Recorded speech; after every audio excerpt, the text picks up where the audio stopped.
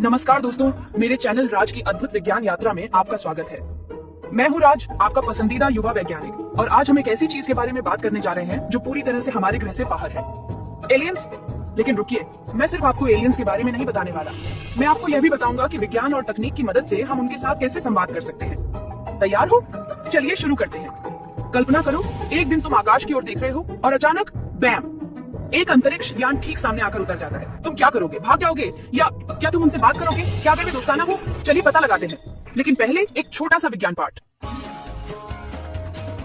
रुको, क्या तुमने ये सुना? यह योजना में नहीं था, एक बार फिर से देखता हूँ। नमस्ते पृथ्वीवासी। नमस्कार छोटे वैज्ञानिक, मैं जोरबा ग्रह जाइलोन से हूँ। मैं आपके ग्रह पर विज्ञान में हो रही प्रगति को देख रहा हूँ और मुझे बहुत खुशी हुई है। क्या तुम तैयार हो ब्रह्मांड के बारे में जानने के लिए पृथ्वीवासी? वाह, जाइलोन से एलियन, ये तो बहुत कूल है। जोरबा, मैं तो सितारों, ब्लैक होल्स और पृथ्वी से बाहर जीवन की संभावना पर अध्ययन कर रहा हूँ। तुम लोग अंतरिक्ष में कैसे यात्रा करते हो? तुम्हारे पास क्या विज्ञान है? ठीक है राज, हमारे ग्रह जाइलोन पर हम क्वांटम संचार का उपयोग करते हैं, जिससे हम संदेशों को तुरंत भेज सकते हैं, चाहे दूरी कुछ भी हो। क्वांटम संचार? तो इसका मतलब यह है कि रोशनी की गति से भी तेज संदेश भेजे जा सकते हैं? तुम कह रहे हो कि हमें सालों तक किसी संदेश का इंतजार नहीं करना पड़ता? यह तो कमाल है। बिल्कुल, और इसी तरह हम यात्रा भी करते हैं। हम वर्महोल्स का इस्तेमाल करते हैं, जो अंतरिक्ष में ऐसे शॉर्टकट्स होते हैं जो समय और अंतरिक्ष को मोड़ते हैं। ये ऐसे है जैसे तुम ब्रह्मांड में एक शॉर्टकट ले रहे हो। वाह, मैंने वर्महोल्स के बारे में पढ़ा है, लेकिन तुम कह रहे हो कि ये सच में होते हैं? मैं तो इसे और अधिक अध्ययन करने वाला हूँ।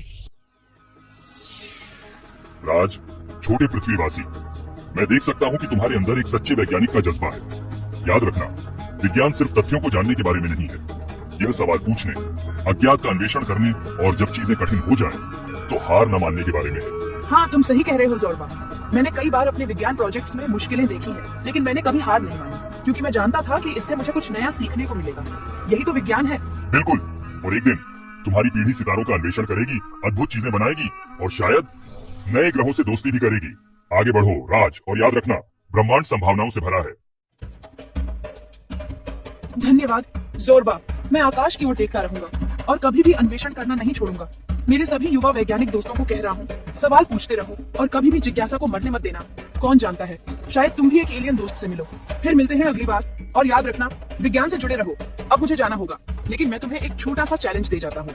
अगली बार जब तुम रात के आकाश को देखो तो खुद से यह सवाल पूछो, वहाँ क्या है? और याद रखना, विज्ञान वह कुंजी है जो ब्रह्मांड के सारे रहस्यों को खोल सकती है।